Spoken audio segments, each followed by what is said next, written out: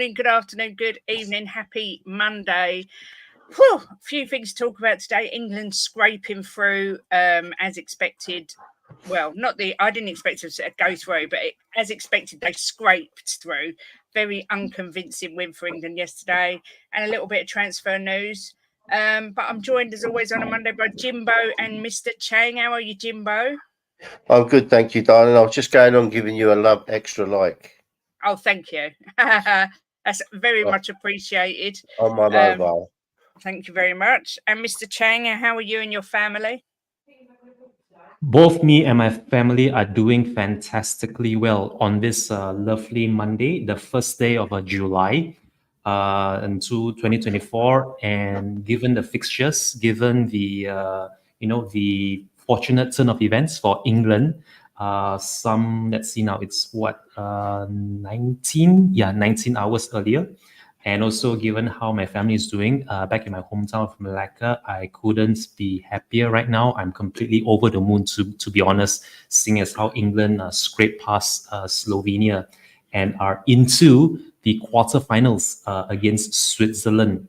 That's going to take place at 5 p.m. on Saturday, if memory serves me right. So, yeah, exciting times ahead for England and also for Spurs, which I feel we will get into some transfer news much later. But for now, let's try and dissect the weekend's fixtures in the Euros. Yep, indeed. And a massive well done to Chang's daughters who got their exam results and are both top of their form. So not only is Chang a nice guy and a bit of a genius, his children are the same. So big up to Chang's girlies, bless their hearts. But let's have a look who's in the chat. We've got Scott Colliver here saying, don't care about England. Not sure about the Archie Gray signing. Is he going to be Porro's deputy or will he play midfield? We will look into that because he did start off as a midfielder for Leeds before he moved back as I think a right back. So yeah, it'd be interesting to see another player that we look like we're signing that's flexible, which is what Ange likes. So we will look into that in a bit. We've got Leo in the house. Says, morning homies, hope you're doing well. Thank goodness for Jude. Yes, indeed. Big up AJ, says good afternoon. Big up Kate and Jim and Mr. Chang, he says further down. AJ, I don't know if you're back off holiday yet, but hope you're having a lovely time if you're still there. Afternoon to Angus, who's in the house. Hope you're well. Legacy 11's here. Hello to you. Angus says, apparently we're close to signing Calafiore. No idea if that's true. I haven't heard that they're that close, but I will have a look. Shemtan's here. She says, good afternoon to Princess Kate, to Jimbo, and the nicest and youngest looking old man, Mr. Chang. Hope you're all doing well. Individual moments from individual players saving Southgate's life. Yep. Congratulations to your daughters, Chang. Yes, exactly. Yep, and Chang saying thank you. Hello to Martin Knightsbridge as well. Martin. Lovely, and the wall is doing good. So yeah, I'm sure I saw someone say they liked. Oh yeah, it was AJ said he liked your shirt. There you go. Bringing the sunshine today is Chang. Big up James loves Spurs as well. Hope you're doing well. I mean, there's only one place to start today, which is, I know Kane scored, but a moment of brilliance in a very disappointing, lackluster and all-round boring match yesterday. Right at the death, got England through to extra time before Harry Kane sort of got us through with a goal at the start of extra time. Jim, I'm going to come to you first. What's your thoughts? What do you make of the shambolic performance? Well, it's not about the performance, it's about winning in the tournament. And we won. It's all about winning and getting through to the next round. They can always pick their game up. We know we got the players and we know they're good enough.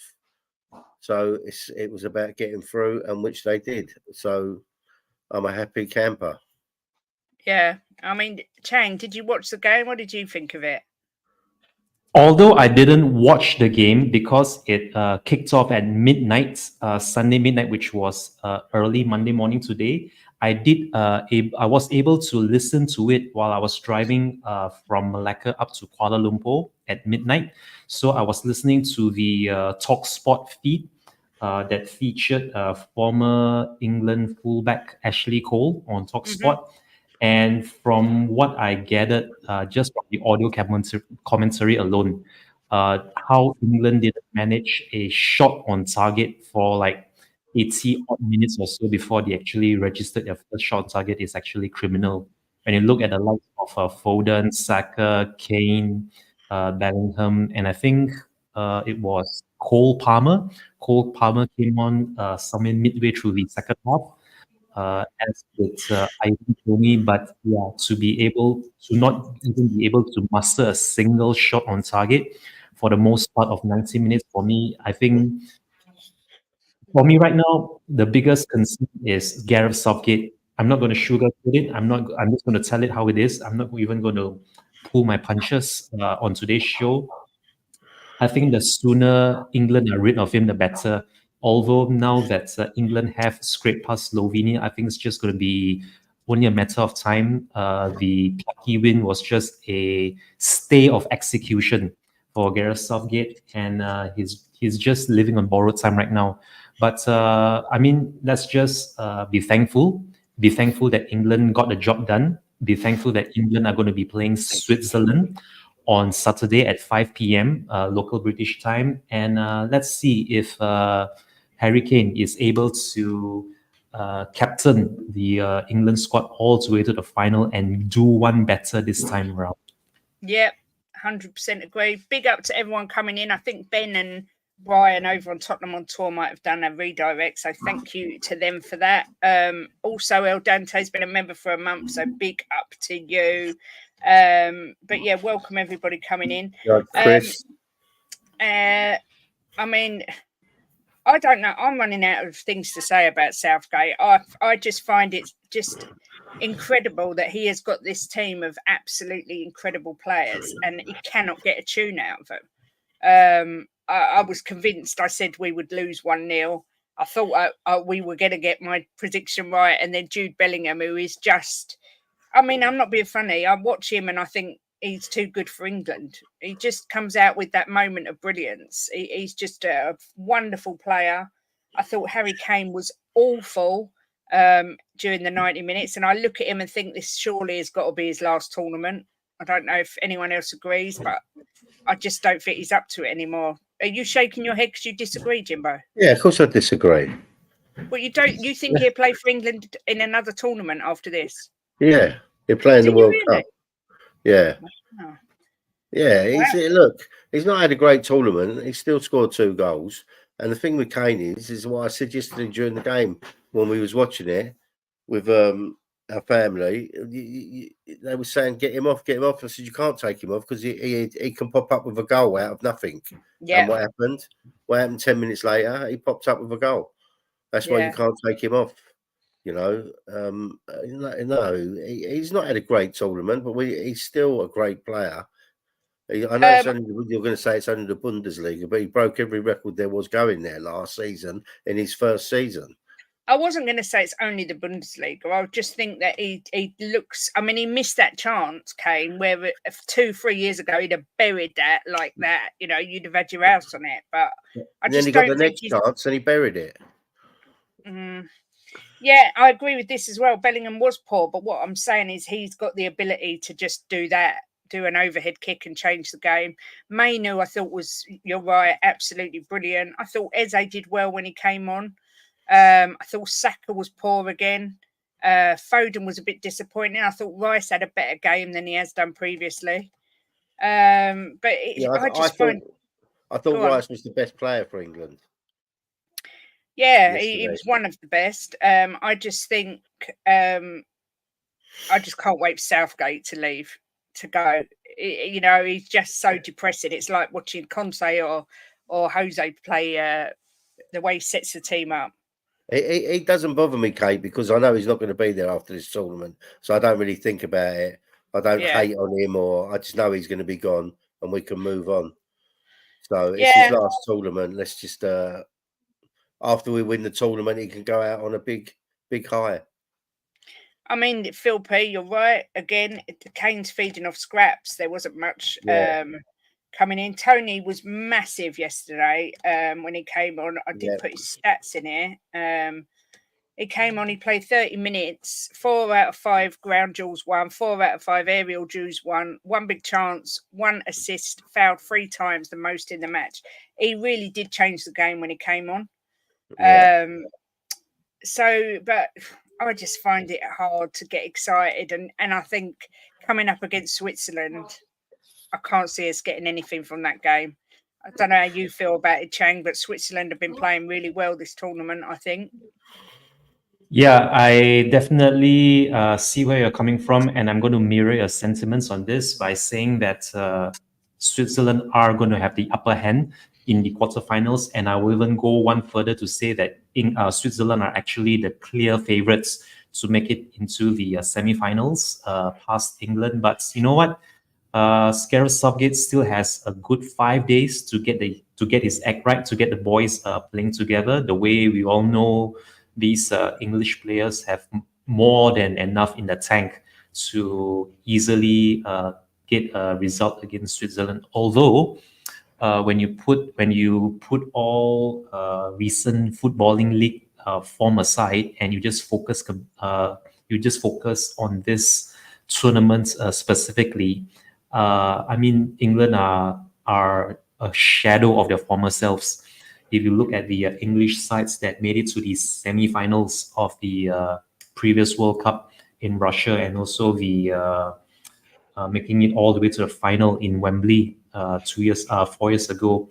I mean, again, this is all down to Southgate, but time is still on his side. So let's just hope that England do get their act together. I really do hope England don't wait until the 80th minute or so to get a shot on target against Switzerland. No, don't laugh. I'm actually being serious here. I'm actually being deadly serious. I mean, if England failed to muster a shot on target against Switzerland in the first half, I wouldn't be surprised if Gareth Southgate gets the Martinho treatment and get sacked halfway at halftime during that quarterfinal match. I am being serious. It's actually a possibility, but yeah, I mean, Ivan Toney, what a player! I mean, the stats that you put up earlier, you can see why that Big Ange really fancies him, despite his troubles, despite his personality traits and whatever negative influences he may have on him or on his teammates or his parent club. There still is a player there, only whether he can keep himself under control and out of trouble if we do sign him, but that's going to be material for a different show altogether. I think I honestly feel that the key is in finding what works, or rather what worked for England in that extra time, in those 15 minutes of 2 halves of extra time against Slovenia. And yeah,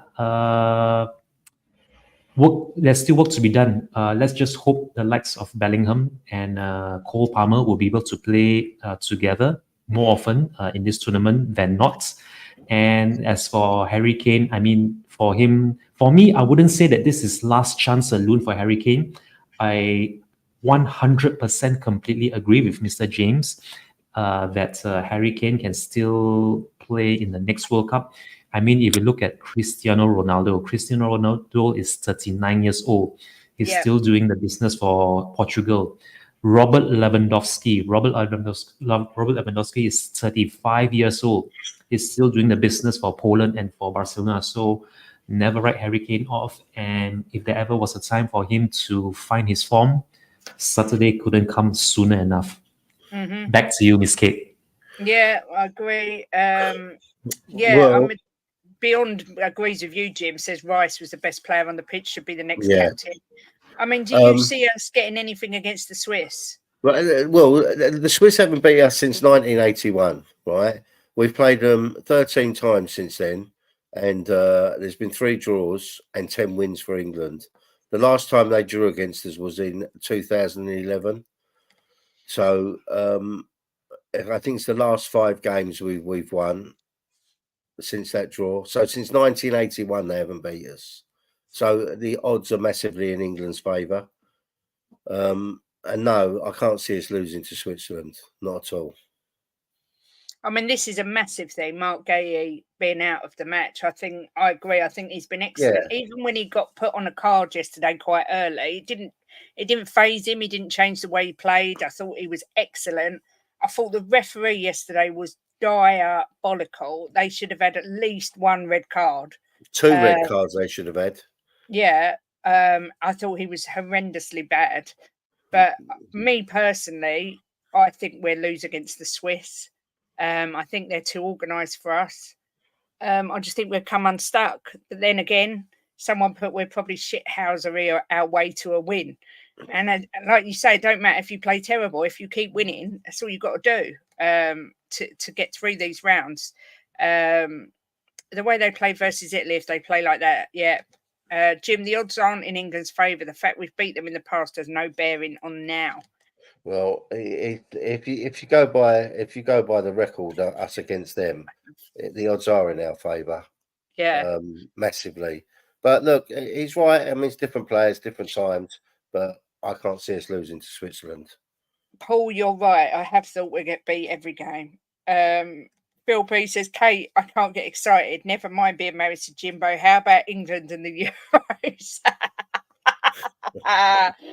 Oh dear. Switzerland certainly have a decent test. It will be a real test for Southgate. Yeah, decent team, I think it meant, yeah. I'm telling you, Xhaka will get man of the match on Saturday, says Angus. Question, is Jimbo on glue? What does that mean? I think does he mean sniffing it? Well, because you're going... No, I've got a hay fever. Silly ass. I Jim, didn't take my tablet this morning. Well, more for you. That's history, though. Swiss have been brilliant, and we've been the worst team in the competition by a mile. Well, I think Scotland were actually marginally worse than we were. But I was going to do some player ratings. I know you didn't watch it, Chang, but do you feel like you could give ratings by what you listened to? From what I listened to, let's see now. Jordan Pickford had a nightmare. How he didn't concede very early on in the second half. I think he got away with one there. I can't remember exactly what happened, but the way Ashley Cole was commentating on TalkSport, it appeared that he might have made a hash of his clearance or his back pass to John Stones, which left the goal mouth gaping, and anyone better on the ball would have easily been able to lob him and get a second goal for Slovenia, which I think was a big let-off for England. As for the back four, I honestly feel that Kieran Trippier tried his best, although, yeah, he's not the same Trippier that scored that free kick against Croatia in the semi-finals against Croatia in Russia. So Kieran Trippier, maybe a 6, maybe or 5, if I'm not being too harsh on him. Who else? Let's see. John Stones. John Stones was John Stones. Nothing much to shout about there. He did put in a decent performance. He did put in a shift, but I thought he could have done a lot better to prevent Slovenia's opening goal. I think that there still are plenty of gaps that need to be plugged in that England back line. And as for Luke Shaw, I thought that he should have come on a lot sooner. He should even have come on as early as the start of the second half. Did he play Luke Shaw? No, he didn't. He didn't come on.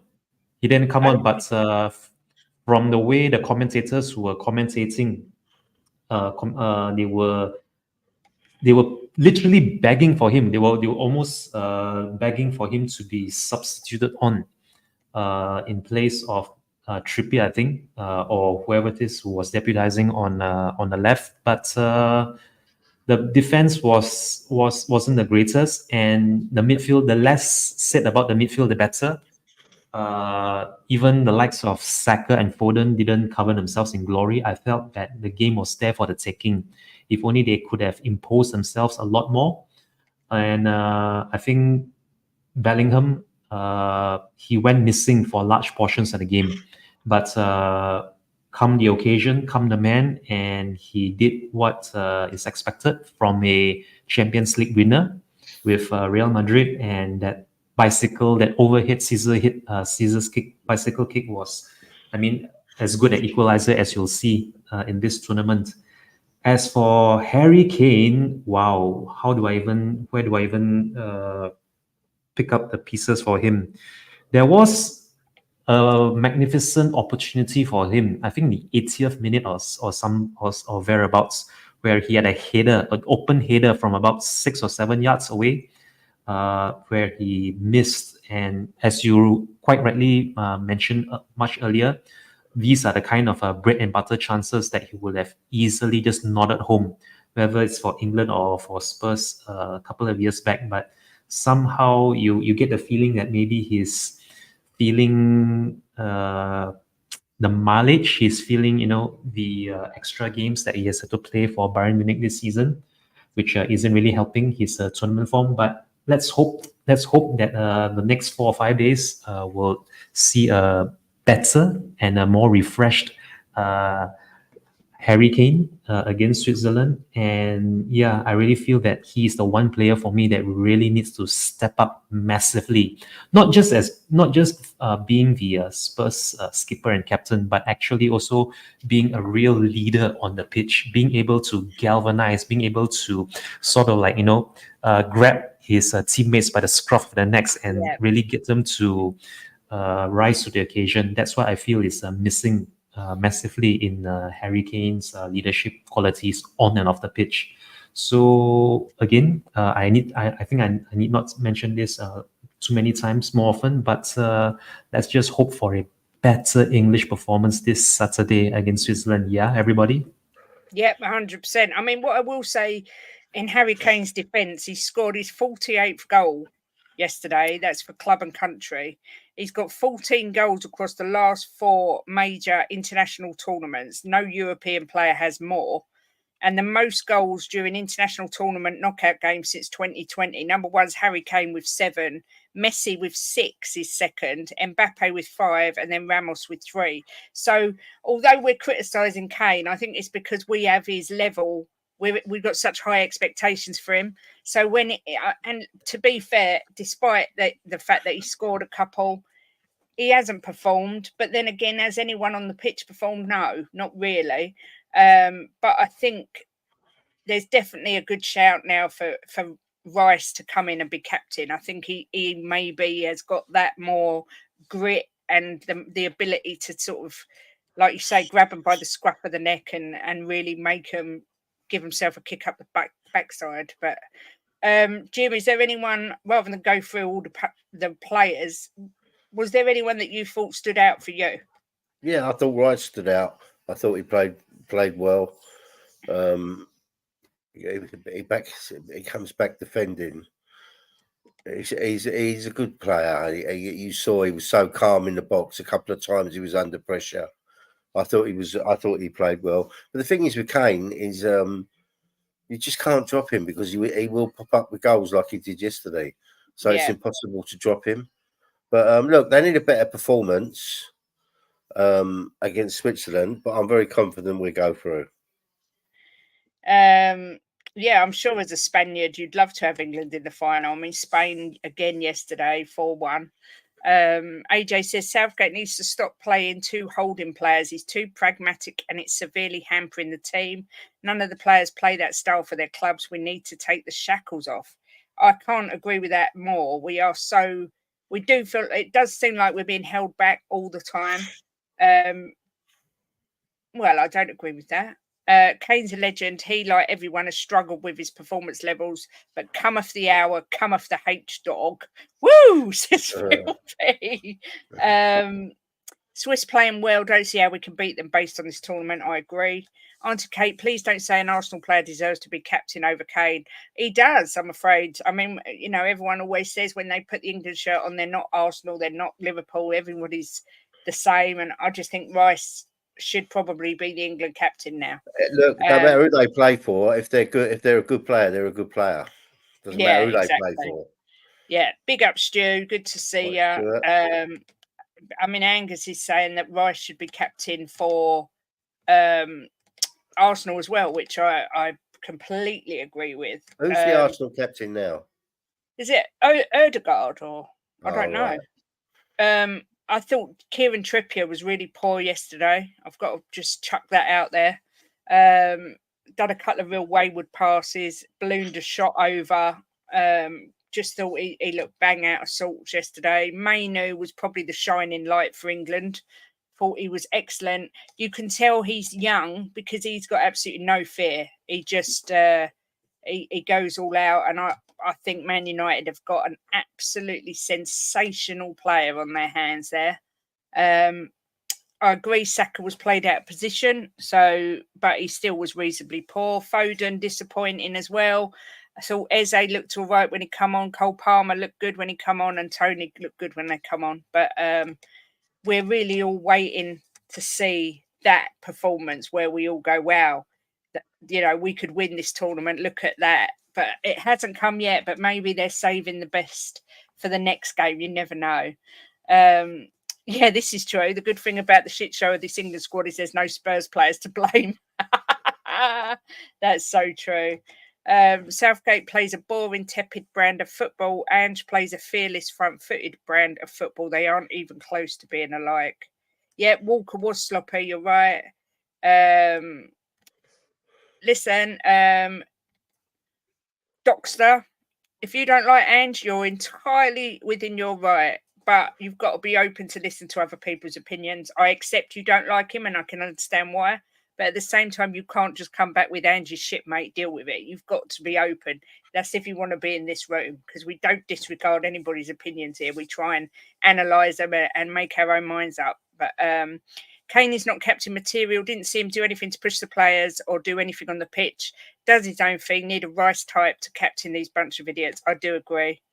I blame the Muller Rice adverts for overhyping Rice. Yeah, I mean, obviously, I don't see him just taking the captaincy away from Harry Kane, but I think maybe it's time for a change, and I think there's nobody better than Declan Rice to take that up. But on a different note, submerged Fabrizio Romano has given the here we go. So we know it's coming. Agreement's been in principle between Leeds United and Tottenham for Archie Gray, fee around 40 million. Apparently, Joe Rodon is set to go to Leeds in a separate deal worth 10 million. Apparently, it's not actually part of that specific deal, but he is looking to go there. Chang, I've heard a lot of people excited about this news, and I've also heard a lot of people really disappointed about this news, saying that it's an anticlimax. What's your thoughts on Archie Gray? I'm going to be very candid, very neutral, very on the fence with Archie Gray. I can't say that I've seen a lot of him, to be honest, because I didn't follow, or rather I didn't watch Leeds United this season. All I would say in Archie Gray's defense is that I really do hope he's not what's his name now? The Leeds United player that we got on loan after 18 months of not signing a player. His name is completely lost. Oh, bloody hell. Jack. No, is it a Jack? Jack Clark. That's the one. Clark. That's the one. I really hope it's not Clark 2.0.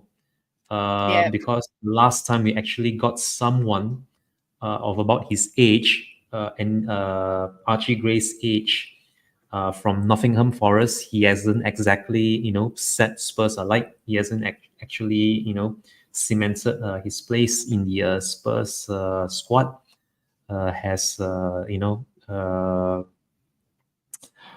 Brennan Johnson. So I really do hope, really do hope that Archie Gray will prove us wrong. Although I feel that he's just going to be a bit part player for us next season. I really do hope that at best, I would say that maybe just maybe Archie Gray could be our super sub for midfield if he is indeed to be a long-term replacement for the likes of Pierre-Emile Højbjerg or even Lo Celso.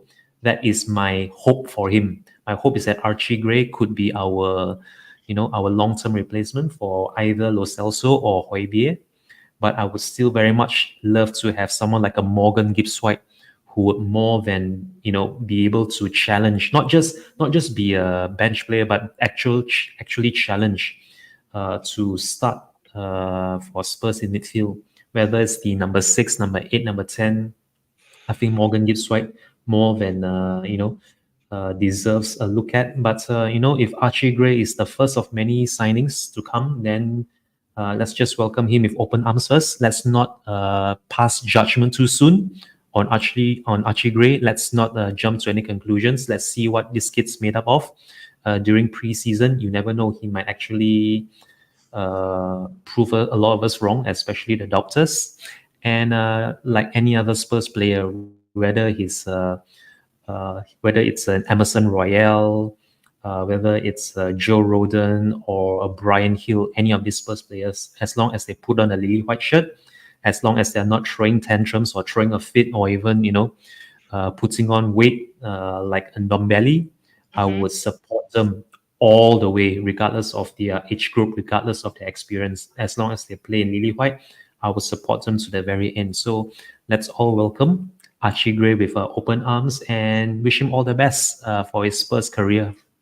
Yep, agree. I mean, Chrysandro, from what I'm reading and what I'm hearing, the payment structure that Brentford offered wasn't agreeable to Leeds, so I assume they weren't going to put too much up front.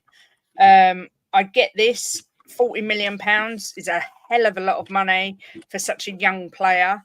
I mean, I don't know lots about this guy. I do know that the Leeds fans are devastated that he's going, which is always a positive sort of bit of news. But at the same time, it does concern me. We're paying such a huge chunk of our budget when we're sort of our priority target apparently is Eze.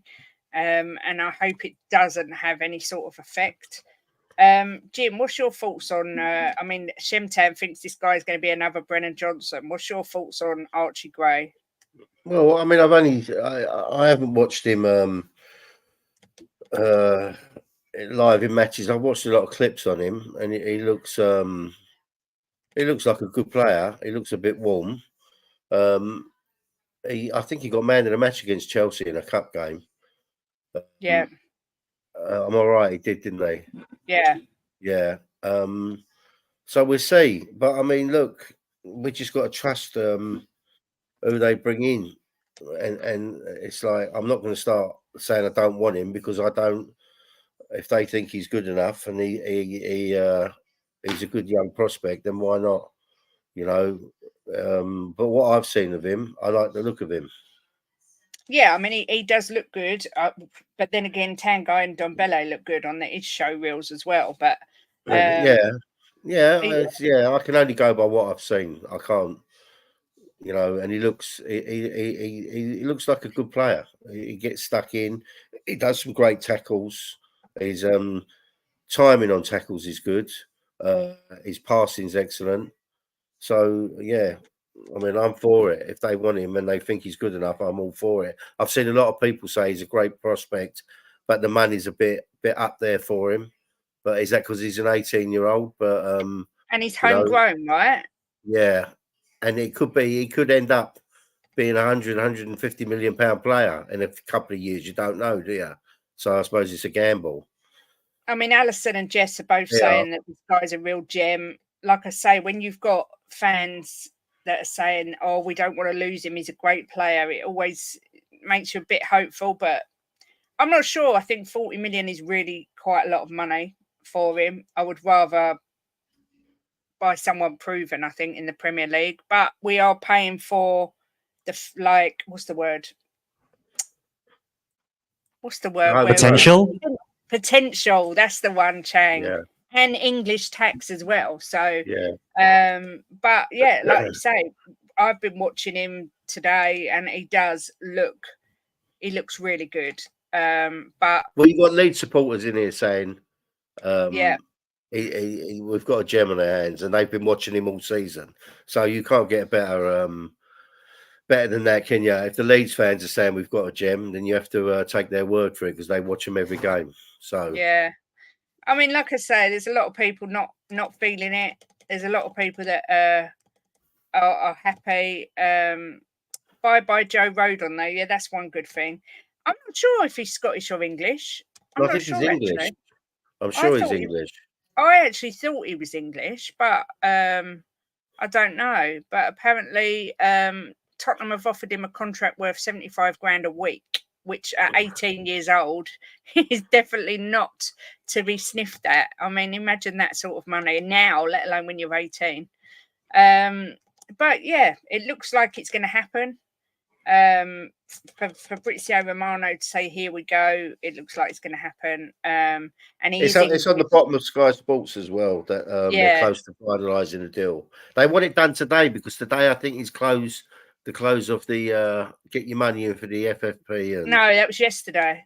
oh, 30th was of it? June. Yeah, I believe Well, so. I thought I saw on there that they've got till the end of today to get their money in. Yeah, well, maybe. To be honest, the other proven players, proper talent. He's got so much potential. Let's hope so. But yeah, that's true. If you take away the 10 million for Rodon, even though it's a separate deal, it's 30 million for this an 18-year-old. That is, I mean, I've seen people literally raving about this kid, whether it be ex-players. I know Jermaine Beckford was absolutely creaming himself over this guy.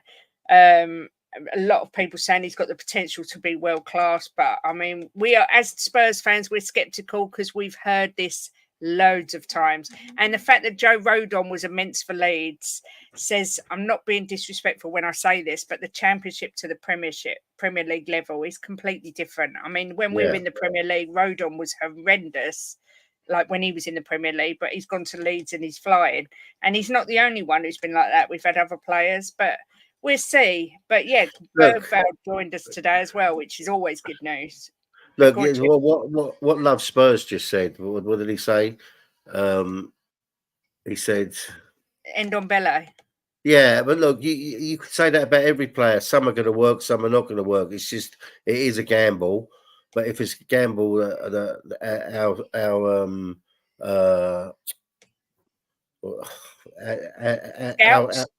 our scouts.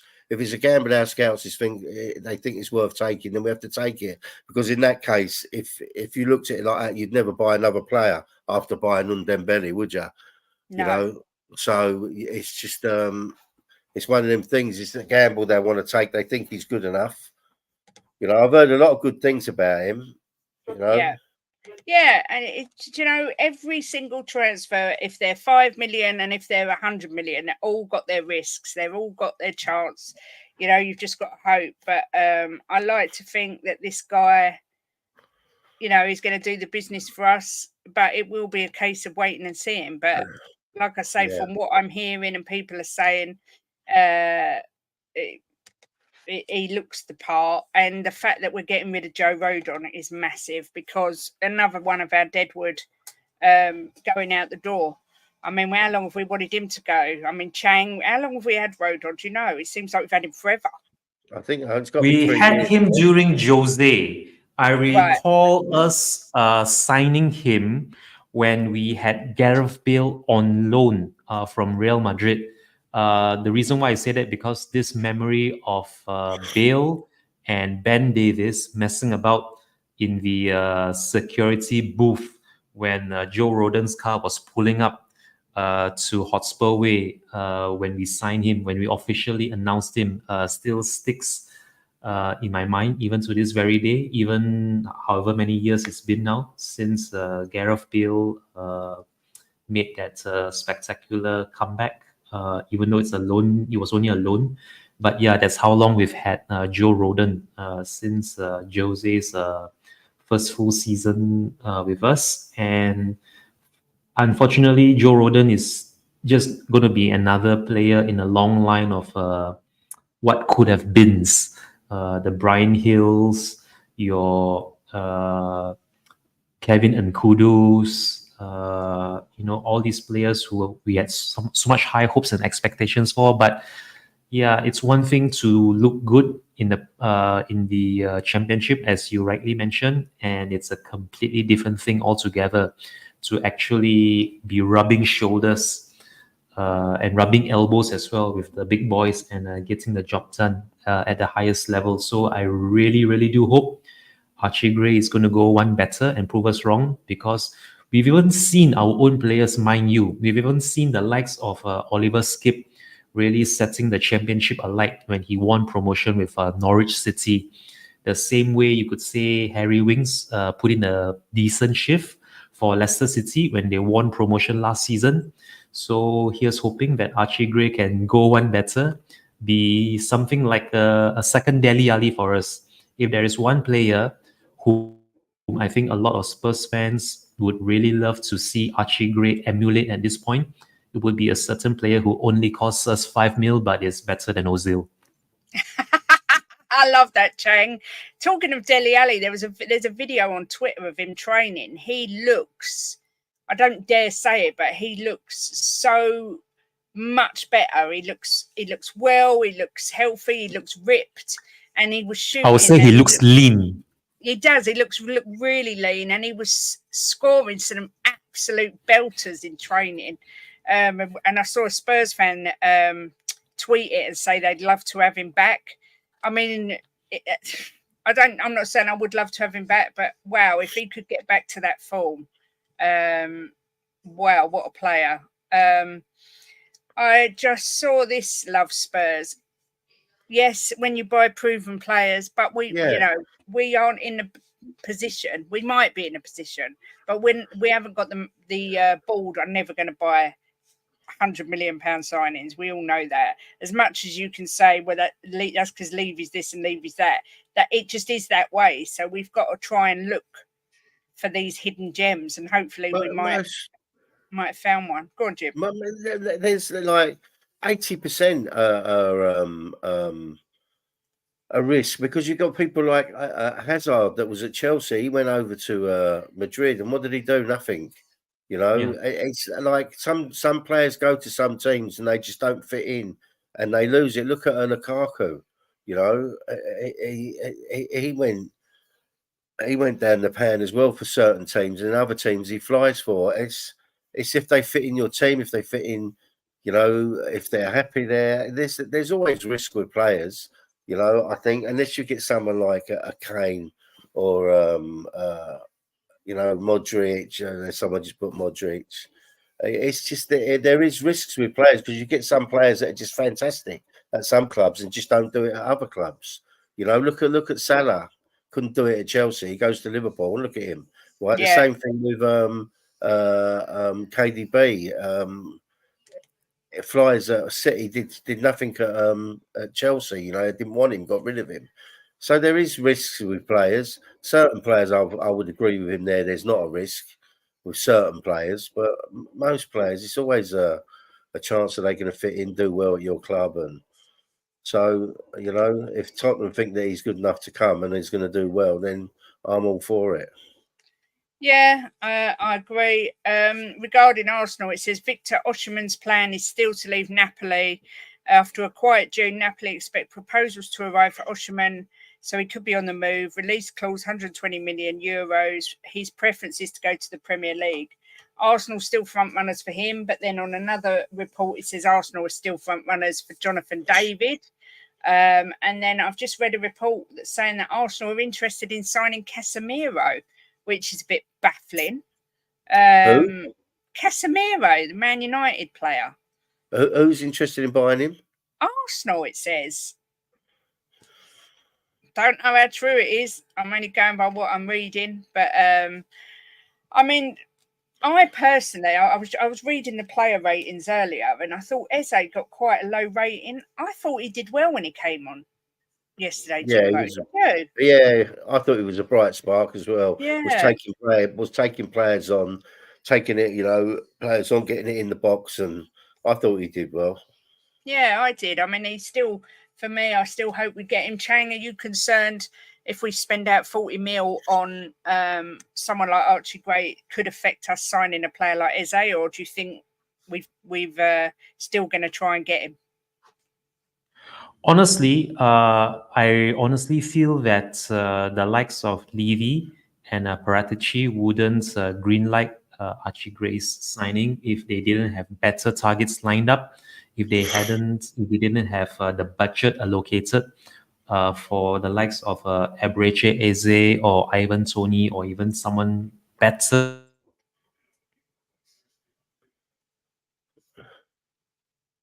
Who's froze? It's not me. It must be Chang. the window Oh, he's back. whereby we go for.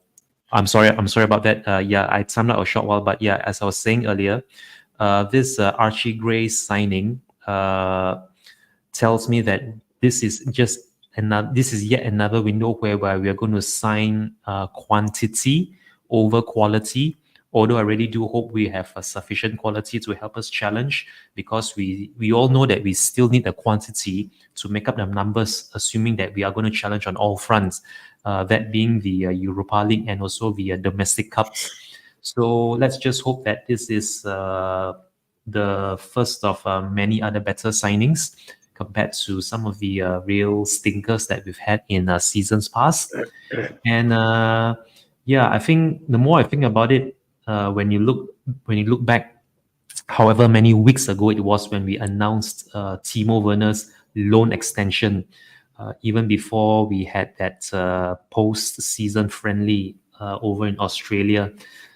This is a big step upwards for me. I'm not saying that Archie Gray is going to be an immediate star for us, but neither am I saying it's an immediate flop either.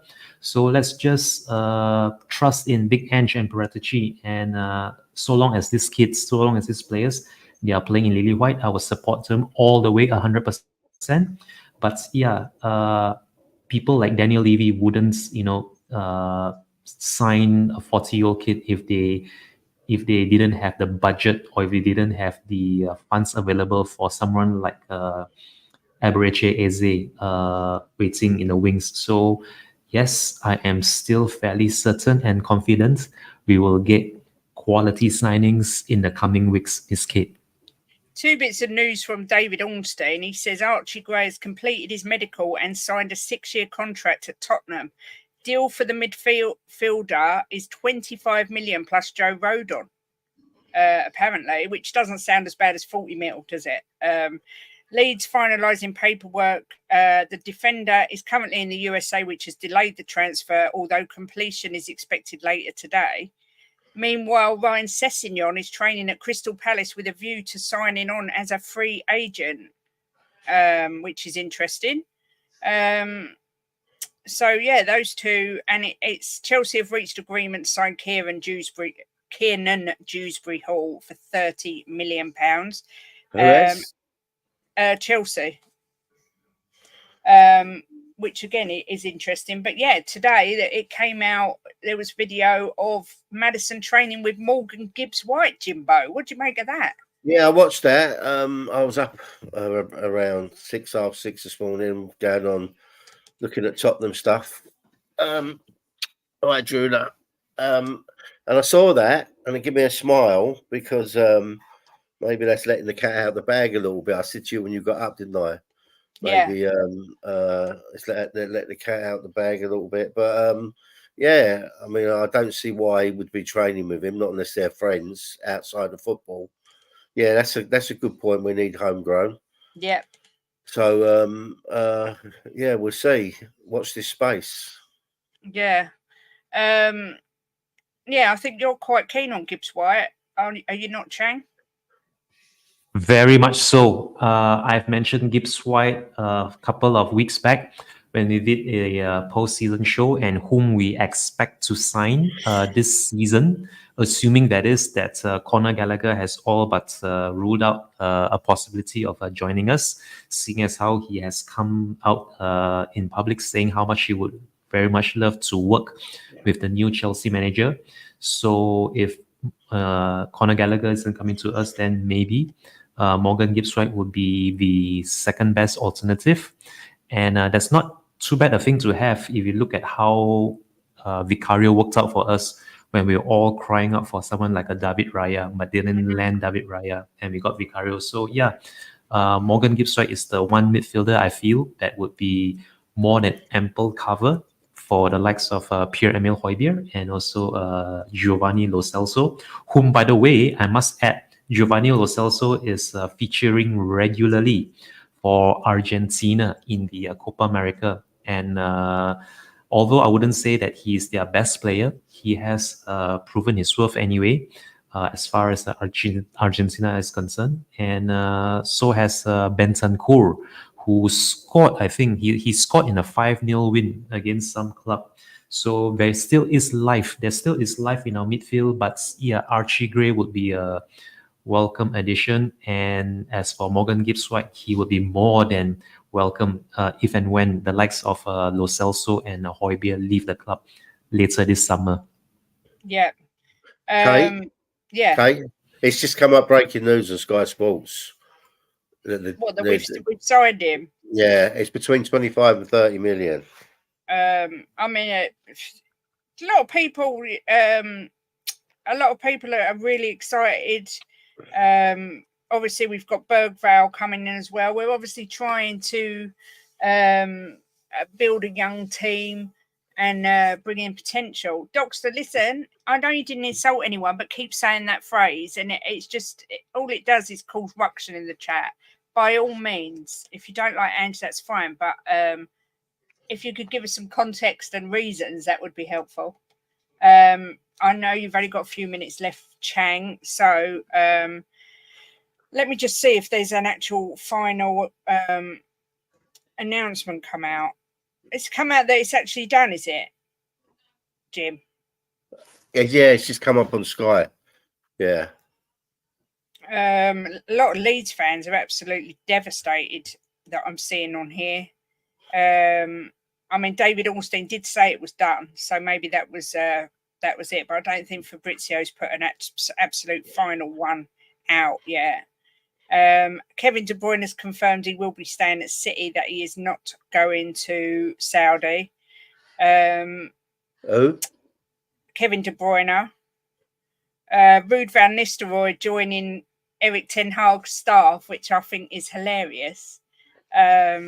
Because I just not because I don't think he's any good. I just think it's great to have him back in the Premier League after all this time. I think it's good for United. They really needed another Dutchman. They need another Dutchman to work with Ten Hag, and you never know, he might actually be the catalyst that helps Ten Hag go one better in the league or even in the Champions League. Yeah, and you know what as well? He's got the passion for Manchester United as well. So I think that's a fantastic bit of business. I mean, Man United are trying desperately to get all their ducks in a row. They're doing it the right way with Jim Ratcliffe coming in, and they're building their board up. So I think it's quite an exciting time for United. Yeah, exactly. We need some context with regards to that. Man United are also apparently talking about going in for De Ligt, who I think, if I'm right, worked under Ten Hag when we beat Ajax in the final, in the semi-final. I believe he was working under him then. Yeah, that's right, Annette. I thought so. Apparently, they're looking to go in for him, and Arsenal are looking to go in for Calafiori and also Kimmich. And Kimmich has come out and said that he will only consider Arsenal, Man United, Man City, and Real Madrid. Apparently, this is all paper talk, but Lucas Bergvall did do a tweet yesterday saying tomorrow is the start of a new era because he is now officially a Spurs player, which is really exciting. So, yeah, I think it's exciting times. I just think until we make a marquee signing or a big signing, the fans are going to be a little bit agitated. But you know, the window's got a long way to go yet. I still think the Euros are holding a lot of it up. Now there's the Copa America as well. So we've just got to be a little bit patient and wait and see what happens during this window. That's why I was kind of hoping England go out, because I want to get this Eze deal done. I really do want to get it done. But Chang, I know you've got to jump off. So I don't know if you want to plug where you are this week, what's happening with you. So I'm going to be appearing tomorrow at roughly the same time at about noon with Queen Ellie over on Spurs Diehards Tottenham Till I Die. That's going to be on Tuesday noon tomorrow on Spurs Diehards. And apart from that, I also have another show lined up with Mr. Sroka And Mr. Meth, hopefully on Wednesday or Thursday evening, I think it's going to be during one of those watch-alongs when Portugal or France play. But yeah, apart from those shows, I haven't anything else lined up unless you have yet another members calling show, Miss Kate, or even a Friday show that you're going to do a preview about England. Other than that, yeah, I'm free and available for the rest of the week. Friday, I will either do an England preview or a members show. I'm not sure yet, but I will let you know either way, Chang. But tomorrow at 11, we've got Mickey Hazard on. He messaged me this morning, asked if he could make it earlier. So he's on at 11 o'clock tomorrow. So make sure you tune in for that. But Chang, as always, a pleasure to have you on. Always enjoy talking to you on a Monday. Enjoy the rest of your day. Send our love and well done to your beautiful children. Thank you very much. I most definitely will. And to everyone else who's staying on, despite me having to take my leave now, please do leave a like, share the video, and subscribe to the channel if you haven't already. We really do appreciate your support and your patronage. And I look forward to seeing each and every single one of you in the coming shows. Okay, everybody? So have a great start to the week. Have a great start to July, everybody. Enjoy your summer holidays. Stay safe and up the Spurs. Big up, Chang. Take care and see you soon. Take care. Bye-bye. Good morning to you as well, Wilton. Hope you're well. Jim, have you heard of any transfer news? I'm just looking, but I'm not finding all that much. It's all rumours. And no, the guy from Aston Villa, they're saying that we're still interested in him. It's all gone a little bit quiet, hasn't it? Yeah. The Jacob Ramsey talk. Whether Jacob Ramsey, that's it. Yeah, but I was reading this morning that Tottenham are still interested in him. I'm not sure if that'd be a good signing or not. A bit on the fence there. Yeah. But, it'd be another big chunk gone, wouldn't it? Because they're talking 50 million. Yeah. So we need to get the signings right. You know, we spent 60 on Richie, which hasn't worked out how we wanted it to. He's not done like as well as we'd hoped, but he's had a few goals banged in. But and then you got Johnson. He was a lot of money. Hasn't worked out how we wanted just yet. So we can't get any more. Then we need people to come in that are going to make a big difference. Yeah. Someone on Twitter saying that Lucas Bergvall is the best talent since Zlatan Ibrahimovic. That is very brave to come out with that statement. Apparently, Wilton, according to Fabrizio Romano and David Ornstein, it is all but done. 25 million plus Joe Rodon. So, yes, it looks like it's done. This best not be our marquee signing. That's all I'm going to say. It's just a lot of money for a player. But you know what? I'm choosing to think that this guy is going to be okay. And let's just hope. Because a lot of people are already saying he's Jack Clark Part 2, but let's hope not. No, there's a few people. There's a lot of people saying good things about him. And what I read online about him from reporters, they're saying he's a fantastic player. So yeah. I'd love Spurs. Chang had to go. He's at his office and they're closing. They're locking up. Yeah.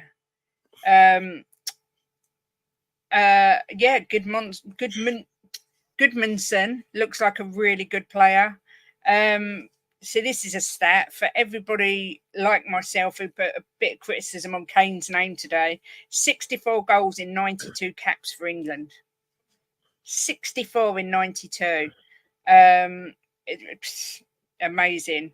That is quite the stat. But it looks like it says Matthias de Ligt to Man United looks like it's highly likely to happen, which for me is a fantastic move. Because as I said, sorry, I am here. I'm just going to pick something up that I dropped. He played for under Ten Hag when we played Ajax in the Champions League. They're in need of centre-back reinforcements, and Ten Hag has obviously managed him before. Apparently, De Ligt said he's happy at Bayern Munich, but Bayern Munich are looking to sell him to bring in some money. So yeah, that's it really. That's he signed for Bayern Munich for £68 million in 2022. So that for me is a good move for Manchester United. Like I say, they seem to be getting their ducks in a row. 25 mil for young talented players, fairly good deal. Rodon isn't even a loss because he never played anyway and was surplus to requirements. Yeah, interesting. What is the bet that Sessegnon goes to Crystal Palace, never gets injured, and turns out to be an absolute baller? What do you reckon? Say that again. Sorry. I said, what is the bet that Sessegnon goes to Crystal Palace, never gets injured, and turns out to be an absolute baller? Yeah, probably. Probably. Yeah, probably right. Leo says, Levy texts me, he said the Rodon deal separate, not included with the Gray deal. That's what I did read that. But when you say 25 million plus Rodon, it makes him sound cheaper. Well, I think we paid 10 million for Rodon, if I'm right, if I remember right. And we're going to sell him for 10 million. So it's just been his wages, isn't it? Yeah. But that's probably been subsidised because he's been put out on loan. So yeah, I can't disagree with this. Buying and making a very strange decisions at the minute. But yeah, like I say, great news for Man United if they can get that over the line. Let me just check. There's nothing else to report. As I said just now, we have got Mickey Hazard on the show from 11 o'clock tomorrow. So do come on. He's going to give his view on last season, what he's thinking about Ange and who he wants to see come in the transfer window. So that is good. I'm really looking forward to that. He's a top man. And then Jimbo. Yeah, definitely. Brighton and Hove Albion have agreed a fee of 33 million to sign Jakubo Minta from Newcastle. Wow. It's a lot of money as well. That is a lot of money. But it looks like that's all the concrete transfer news. I think once the Euros is over, we're going to see a lot more going on. Wow, that is a statement. Rather have Southgate instead of Ange. No, thank you. No, thank you. I'll stick with Ange. I think Southgate is so out of his depth. It's unbelievable. And I must say, Ange has really, I think, shrouded himself in quite a lot of grace as a commentator. I think he's doing a fantastic job commentating on the Euros. I don't know what you think, Jimbo. It's very funny. He speaks a lot of sense on there. Yeah, and very personable. You can see that Roy Keane's really, really warm to him. Ange says he wants players that want to be at Spurs. He rejected Brentford because he wants to be a Spurs player. I'm pumped for this one, homies. Big up, Leo. That's the positivity we like. Mickey Hazard, one of my favourite Spurs players. Good man, Spurs through and through. Yeah, he's always so good to talk to as well, which is always good. Ange has been brilliant, better than a lot of them, to be fair. Yep, I agree. I think that's all the news for today. I did the Dewsbury Hall, didn't I? That one's done. Ipswich have signed Ben Johnson from West Ham on a free. Aston Villa have signed Samuel Illing Jr. and Enzo Baranecchia from Juventus for 22 million euros after they let Douglas Luiz go. That, to me, is one of the most baffling things this window. They've let Douglas Luiz go and they've brought in two very, very mediocre players. Very, very strange, in my opinion. Yes, thank God we didn't get Ben Johnson. What a load of rubbish he is. But yeah, that's it, I think. Anything else you wanted to say, Jimbo? No, not really. Just have faith in the club and who we bring in, that they know what they're doing. You know, I'm not going to get down on players, you know, until I see them play with our shirt on. And we'll see then. I have my say then. Douglas Luiz has gone to Juventus. What I will say as well is someone did mention it. Tottenham announced today that they have gone into a sponsorship partnership, whatever you call it, with BetMGM. A little bit disappointed. Always liked the fact that Spurs hadn't gone down the route of a gambling company, especially with new legislation that's due to come in where they're going to have to take it off of their shirts. I mean, I don't know what you think, Jim. It all a little Well, bit I was going to strange. mention that, and I completely forgot. When that was one of the first things I read when I started looking this morning, and I was kind of baffled, really. That, Disappointed more than anything. yeah, I was disappointed, I suppose. Yeah, it's a strange one for me that they've gone down that route. I thought they'd move away from that. As you said, they're not going to be allowed to be on the shirts as well. But I think it's something to do with the training ground, is it? Or I don't know. I don't I know. saw it. I read 5 minutes and then I stopped reading it. It was a bit baffling for me. It says a partnership will be announced within the coming days. I think it's is it something to do with the training ground? I don't know, but someone said that means we're definitely going to get Ivan Toney now. That's a bit naughty. I was thinking that, but I didn't want to say it. Just it says someone's training got.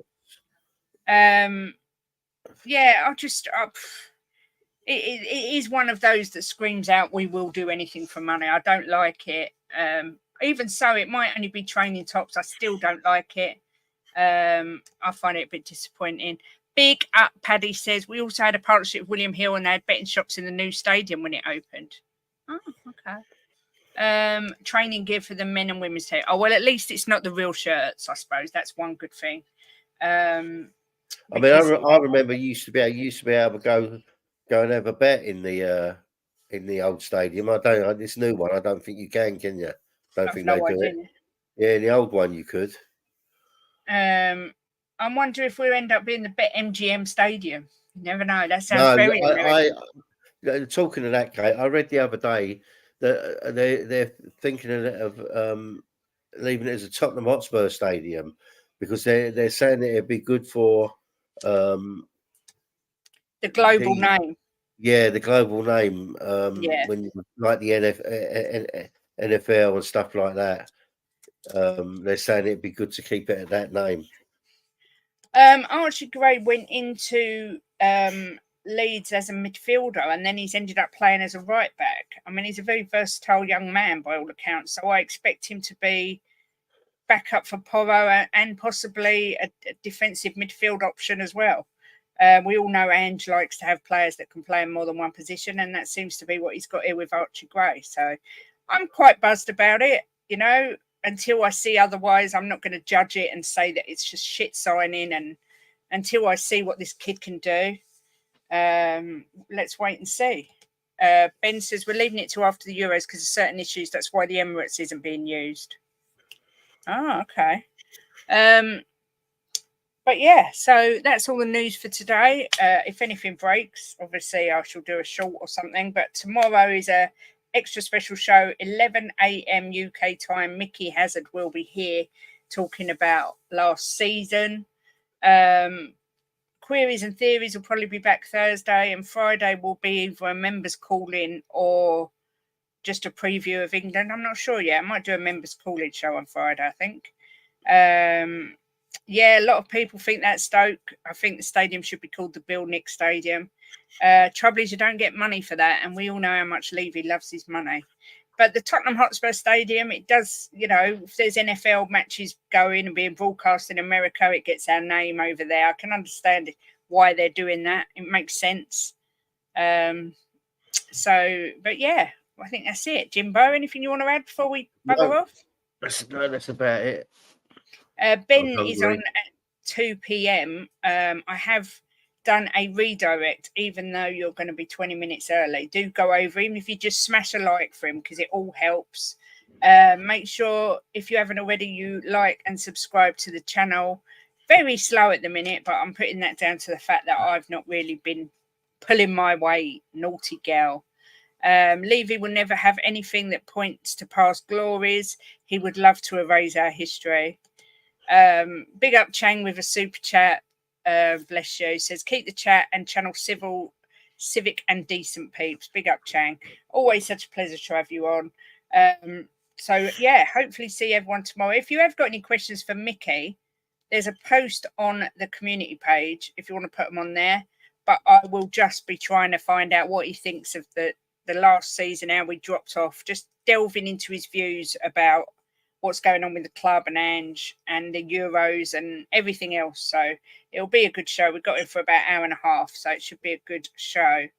Ellie has got her own channel now over at Spurs Diehards. She's opened it up with Adrian Schroker and a couple of others. That's why she's not been on here, because she's doing her own thing. Big up, Leo. Big up to everyone who's watched. Thank you so much for your support. It really means a lot. Also, members, don't forget there's the giveaway that's happening on the 1st of August. So as long as you've got a membership by the 1st, you will be in the draw. It's to win a picture signed by 9 Spurs legends. Picture of it on the community page. It is gorgeous. So, yeah, don't forget that. But everybody, hope you have a great day. Thanks for joining us. Thank you very much to El Dante for being a member for a month. Chang for super chat, and Phil P. I've got to say, Shania Twain, that was mine and Jim's song. Still the one. I think she looks rough. She's had so much work done to her face. I can't believe it. But anyway, yeah, Jim, we're going to, well, I don't know what he's going to say at the end of the show. This is the beauty of Jim. You never know what's going to come out of his mouth. But everyone have a great day. Be good, be careful, and I shall see you tomorrow for the Mickey Hazard special. As always, come on, and Ben. And Ben. Oh, and Ben. Member for 8 months. Yeah, the baby's nearly born. 1 more month, Ben, and you get to push it out. Thank you very much. That's very funny, Ben. That must be how long I've had memberships, because Ben was one of the first to grab one. So thank you for the support, Ben. I really appreciate it. We both do. But yes, have a great day, everyone. And as always, come on, you Spurs. And come on, you England. Kick them Swiss's ass. And come on, you fucking Spurs.